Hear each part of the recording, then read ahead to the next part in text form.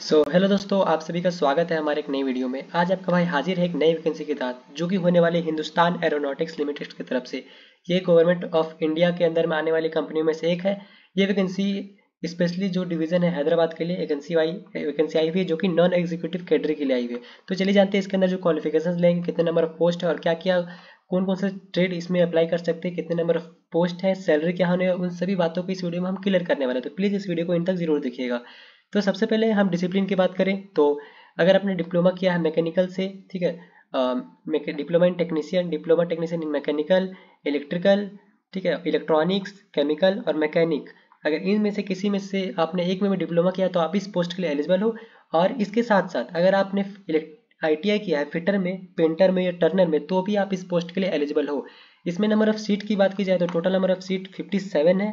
और उसमें भी कैटेगरी वाइज डिवाइड किया गया, जैसे कि SC वालों के लिए कुछ सीटें रिजर्व हैं, ST वालों के लिए, OBC NCL कैटेगरी वालों के लिए जनरल और EWS कैटेगरी वालों के लिए कुछ सीटें रिजर्व हैं। और इसका एक चार्ट रख लो ताकि आप बाद में इसको आसानी से पढ़ सको। आप इसका स्क्रीनशॉट मार रख लो ताकि आपको और भी इसको समझने में बाद में आसानी है, क्योंकि इस वीडियो में मैं सारी बातें क्लियर करूंगा तो आपको समझ नहीं आएगा। टोटल नंबर ऑफ सीट 57 है। इसमें SC के लिए 7, ST के लिए 3, OBC NCL वालों के लिए 16, EWS वालों के लिए 6 और जनरल वालों के लिए 25 सीट्स इसमें अभी तक अवेलेबल है। इसमें आप अप्लाई कर सकते हो। आप किसी भी पोस्ट कैटेगरी से बिलोंग करते हो, आप इसके लिए एप्लीकेबल हो, ठीक है।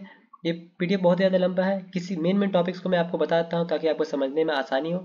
सिंपल फंडा, अगर आपने डिप्लोमा किया है मैकेनिकल से, इलेक्ट्रिकल से, केमिकल से, इलेक्ट्रॉनिक्स से, तो आप इसके लिए एलिजिबल हो। अगर आपने ITI किया है फिटर से, टर्नर से, पेंटर से या इलेक्ट्रॉनिक मैकेनिक से, तो भी आप इसके लिए एलिजिबल हो।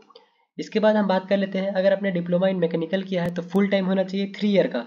10+3 करो या 12+3 करो तो ही आप इसके लिए एलिजिबल हो। अगर आपने लेटरल एंट्री कर रखा तो आप इसके लिए एलिजिबल नहीं होंगे। सेम चीज़ यहाँ पे ये है डिप्लोमा इन टेक्नीशियन मैकेनिकल में। इसमें अगर आपने आपके पिता एक्स सर्विसमैन है इंडियन एयरफोर्स में या नेवी में या किसी भी अलग या डिफेंस के सेक्टर में, तो आप इसके लिए आराम से एलिजिबल हो। आपको यहाँ पे वो कहते हैं ना, एक रिलैक्सेशन भी दिया जाएगा। अगर आपने इलेक्ट्रिकल से डिप्लोमा किया तो आप इसके लिए एलिजिबल हो। 3 ईयर का डिप्लोमा होना चाहिए, फुल टाइम रेगुलर डिग्री होनी चाहिए, कोई भी पार्ट टाइम डिग्री नहीं होनी चाहिए और 10+3 होना चाहिए, मतलब कि 3 साल का डिप्लोमा ही है। सीधी सी बात यह है कि 3 ईयर वाले डिप्लोमा ही इस पोस्ट को अप्लाई कर सकते हैं, ठीक है। इसके बाद डिप्लोमा इन इलेक्ट्रॉनिक्स के लिए भी सेम सिस्टम है, 3 ईयर का डिप्लोमा आ गया है। मतलब लेटरल एंट्री वालों के लिए यहाँ पे कोई भी अपॉर्चुनिटी नहीं देखने को मिलेगी। उसके बाद ITI की बात की जाए कि ITI के लिए क्या इसमें मांगा गया है। देखिए, केमिकल वाले में एक आपको ये बेनिफिट दिया गया है, रेगुलर टाइम अगर आपने MSc से केमिस्ट्री में किया है किसी भी यूनिवर्सिटी से या इंस्टीट्यूशन से, तो आप इसके लिए एलिजिबल हो। मतलब डिप्लोमा के साथ साथ अगर आपने MSc किया हुआ है, मास्टर ऑफ साइंस, तो आप भी इस पोस्ट के लिए एलिजिबल हो। इसके बाद अगर आपने ITI किया इलेक्ट्रॉनिक्स से तो 3 ईयर का वाले भी अप्लाई कर सकते हैं, 2 ईयर वाले भी अप्लाई कर सकते हैं, लेकिन आपका जो सर्टिफिकेट है वो NAC या फिर NCT/VT, तो वो ग्रेड सही बोलते हैं ना, स्पेसिफाइड होना चाहिए। इसके अलावा अगर किसी और यूनिवर्सिटी आपने अपने क्वालिफिकेशन कंप्लीट किया है तो आप इस पोस्ट के लिए एलिजिबल नहीं होंगे। लेकिन सिंपल सा बात यह है कि अगर आपने ITI किया है 2 साल का या 3 साल का तो आप इसके लिए एलिजिबल हो। उसके बाद अगर थोड़ा सा स्क्रॉल करके नीचे आते हैं तो age to be reckoned on 24/11/2024, ठीक है। एज लिमिट 28 साल का मांगा गया। 28 साल से कम के एज वाले या 28 साल वाले एज को भर सकते हैं। आपको एज रिलैक्सेशन देखने को मिलेगा अगर आप SC कास्ट से हो, OBC NCL से हो या PW कैटेगरी से हो। तो आपको ST SC वालों के लिए अगर 33 ईयर के भी आप हो तो आप इसके लिए एलिजिबल हो। अगर आपका 28 साल नहीं है, अगर आप OBC कैटेगरी से हो तो 31st ईयर तक आपको है।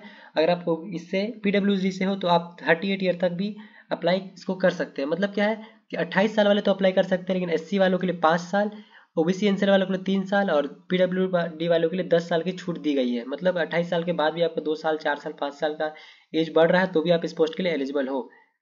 अब इसके बाद क्या है, in case of ex apprentice training if age bar comes in the way of the candidate same would be relax to the extent, ठीक है। इसके बाद कुछ है नहीं इसमें और फिलहाल। ट्रेनिंग की बात की जाए तो सिलेक्टेड पर्सनल और tenure basis will undergo induction training of period 8 weeks. पहला तो आपका 2 महीने का ट्रेनिंग होगा, ठीक है। उस ट्रेनिंग के दौरान आपको पैसे दिए जाएंगे, जो आपका बेसिक पे होगा और एक DA।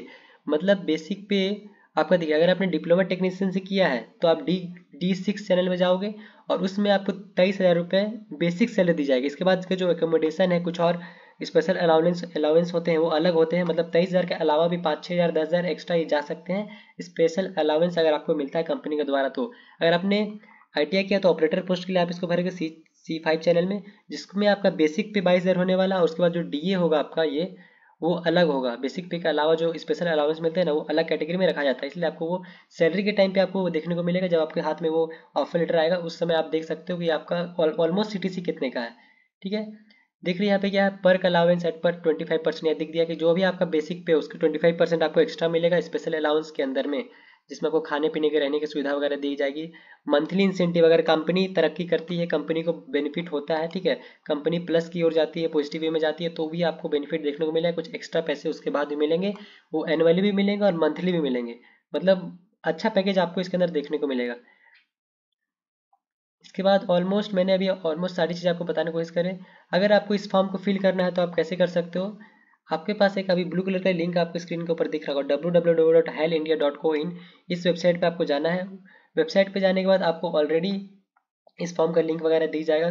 कैरियर पेज में जाके आप इस फॉर्म को फिल कर सकते हैं। जो भी एडमिट कार्ड वगैरह होगा वो आपको मेल पे किया जाएगा। जब आप फॉर्म को फिल करोगे तो आप अपना पर्सनल मेल वहाँ पे सेंड करोगे। मेल में ही आपको सारे इन्फॉर्मेशन एग्जाम के एडमिट कार्ड वगैरह भेजे जाएंगे, जो कि यहाँ पे ऑलरेडी मेंशन है। ठीक है, इसके बाद जो है the test will be 2.5 hour, 2.5 घंटे का आपका क्वेश्चन होने वाला, जो थ्री पार्ट्स में डिवाइडेड किए जाएंगे, जिसमें 20 क्वेश्चन जनरल अवेयरनेस के होंगे। पार्ट 2 जो होगा 40 क्वेश्चन इंग्लिश के होंगे और रीजनिंग के होंगे। पार्ट 3 जो होगा क्वेश्चन वो आपके डिसिप्लिन से, आप जिस भी डिसिप्लिन से आपने डिप्लोमा किया उस डिसिप्लिन से 100 क्वेश्चन आपको उसमें देखने को मिलेंगे।